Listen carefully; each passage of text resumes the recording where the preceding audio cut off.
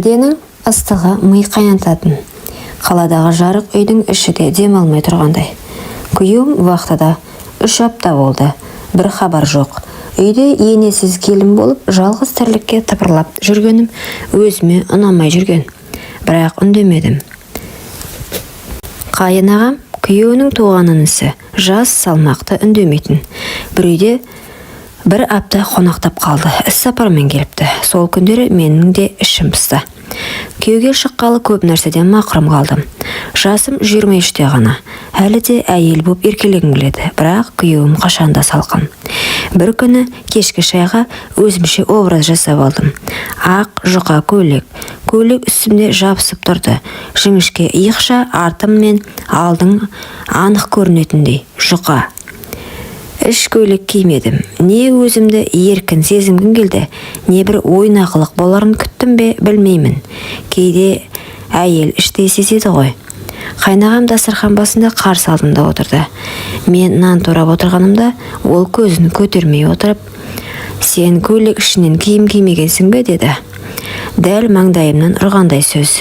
Бірақ бетімнен тер шықпады. Керісінше ернім дірілдеп, жүрегім дүрсілдеді. «Күн ыстық қой» дедім. Ол орнынан тұрып менің жаныма келді. Екі алақанмен үстелдің шетінен ұстап маған иіліп қарады. «Қызық, бұрын сені бұлай көрмеппін» деді ақырын. Менің бойымдағы ыстық толқын басты. Көйлегім беліме жабысып, омырауының ұшы көйлекте тікірейіп тұрғанын сезіп тұрдым. Мен орнымнан тұрайын деп ұмтылғанда ол қолымнан ұстап, «Бүгін сен тым еркін жүріп келесің, маған осылай ұнайсың» деді. Сөзі менің санамды жаулап алды. Мен үндемедім деп, иығымды сәл көтеріп теріс бұрылдым. Артымнан көйлегімнің етегі желмен көтерілді. Ол менің бөксеме бір сәт үңіле қарап, демін ішіне тартып тістеніп тұрды. Түнде өз бөлмеме кіріп жатып едім. Терезе ашық, бөлме іші самалмен толып тұр. Бір сәт бөлме есігі сықырлады. Ол келді. Есікті жаппады. Мен ұйықтап жатқандай болдым. Ол маған қарап біраз тұрды. Аяғының ұшымен келіп жайғаны жанымдағы көрпені түзеткендей болды. Бірақ оның демі менің иығымда, иісінің өзі мені әлде қашан шешіндіріп үлгерген еді. Мен көрпемнің астында жатқанмен жүрегім дүрс-дүрс етіп соғып жатты. Қайнағамның демі иығымда, иісі ішіме өтіп кеткендей. Ол орнынан қозғалмай ұзақ тұрды. Мен ештеңе болмағандай жастықты құшақтай жаттым. Кенет ол менің шашымды сипап өтті. Сол сәт денем тоқпен шарпылғандай селк етті. «Кешір, бірақ мен сенің денең үндемей шақырып тұр» деді. Мен ештеңе демедім, тек демімді терең тартып, иығыммен сәл артқа сүйеніп, оның алақанына тиіп кеттім.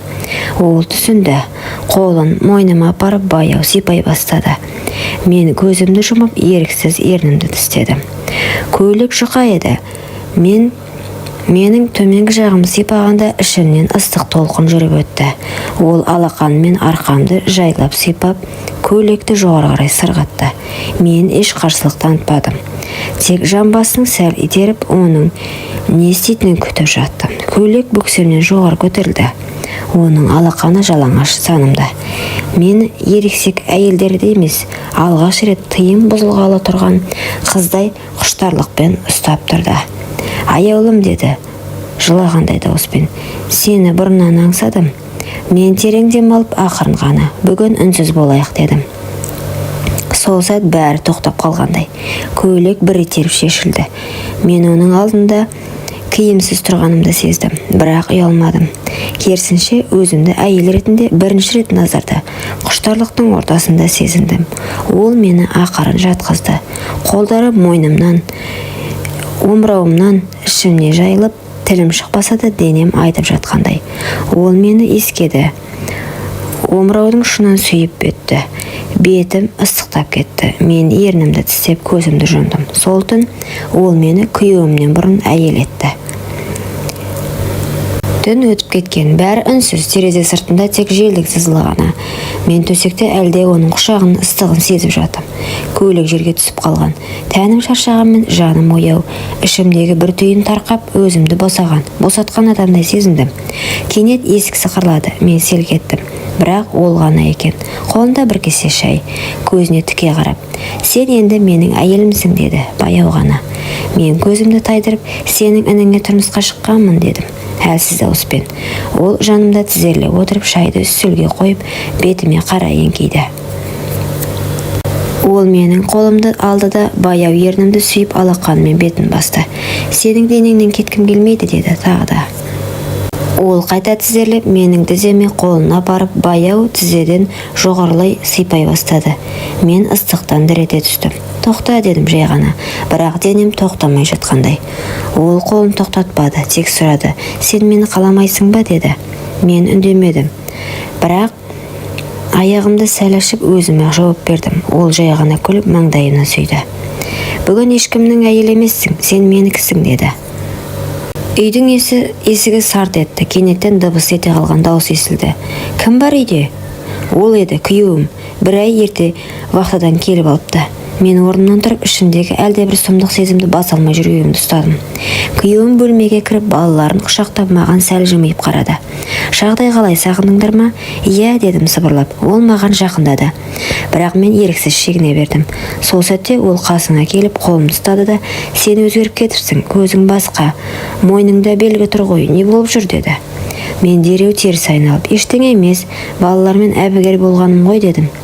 Кешкі астан кейін бәрі тынышталып, күн туа бере күйеуім жатын бөлмеде мені жанына тартты. Бірақ мен тартынбадым. "Неге? Бұрынғыдай емессің." "Жоқ, сенің денең өзгеріп кеткен, жүктісің бе" деді. Мен орнымнан атып тұрып: "Қой, тыныш жатшы" дедім.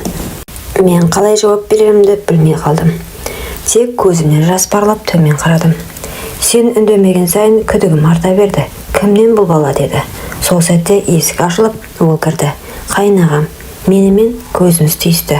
Күйеуім оған бұрылып: "Сен не қып жүрсің? Бұл сенің шаруаң емес" деді. Бірақ ол тіке қарап: "Бұл бала менікі" деді. Ол үй ішінде өлі тыныштық орнады. Күйеуімнің көзі шарасына шықты. "Сен не дедің? Сен менің ағамсың. Ол менің әйелім. Сен не істедің" деді. Қайнағам сілейіп тұрған інісіне қарап: "Мен күнде әр үйдің бұрышынан оның жылағанын естейтінмін. Сен жоқ кезде мен жүріппін. Бірақ бұл ойнасы емес, мен оны шын сүйіп қалдым" деді. Күйеуім орнынан тұрып екеумізге алмаз-қайза қарап тұрып: "Жүріңдер, екеуің де бұл үйден кетесіңдер" деді. "Сен менің әйелім емессің. Менің анамның жатқан топырағы асты үстіне келер мұндай масқараға" деп айқай салды. Мен үнсіз жылап тұрдым. Оның айғай емес, жүрегінің жарасы көбірек ауыртты. Сол сәтте есікті тарс жауып, үйден жүгіріп шығып кеттім. Арада 2 ай өтті. Мен жертөледе бір бөлмелі жалдамалы үйде 3 баламен отырмын. Ішімде бала қозғала бастады. Көше суық, аяғым ісіп, езуіме күлкі сирек ілігетін болған. Күнде кешке балаларымды ойнатып, ұйықтатқан соң терезеге қарап ұзақ отырам. Ол екеуі де жоқ. Күйеуім мені кешірмеді. Қайнағам хабарсыз кеткен. Естігенім, ол басқа қалаға жұмыс ауысып кетіпті. Біреулер үйленіп алыпты десе, басқалар жұрттан қашып жүр дейді. Ал мен ештеңе демеймін. Тек балаларымды күн сайын құшақтап, "Сендер менің бақытымсыңдар" деймін. Бір күні балам: "Анашым, әкеміз кім?" деп сұрады. Ішім қанжылап тұрса да: "Сендердің әкелерің көкте, жүректеріңде" дедім жай ғана. Бұл оқиғада бір сәттік әлсіздік өмірлік өкінішке айналды. Құрметті оқырман, өмірден алынған шынайы оқиғаларды тыңдағыңыз келсе, менің арнама тіркеліп, лайк, комментарий жазып қолдап кетіңіздер.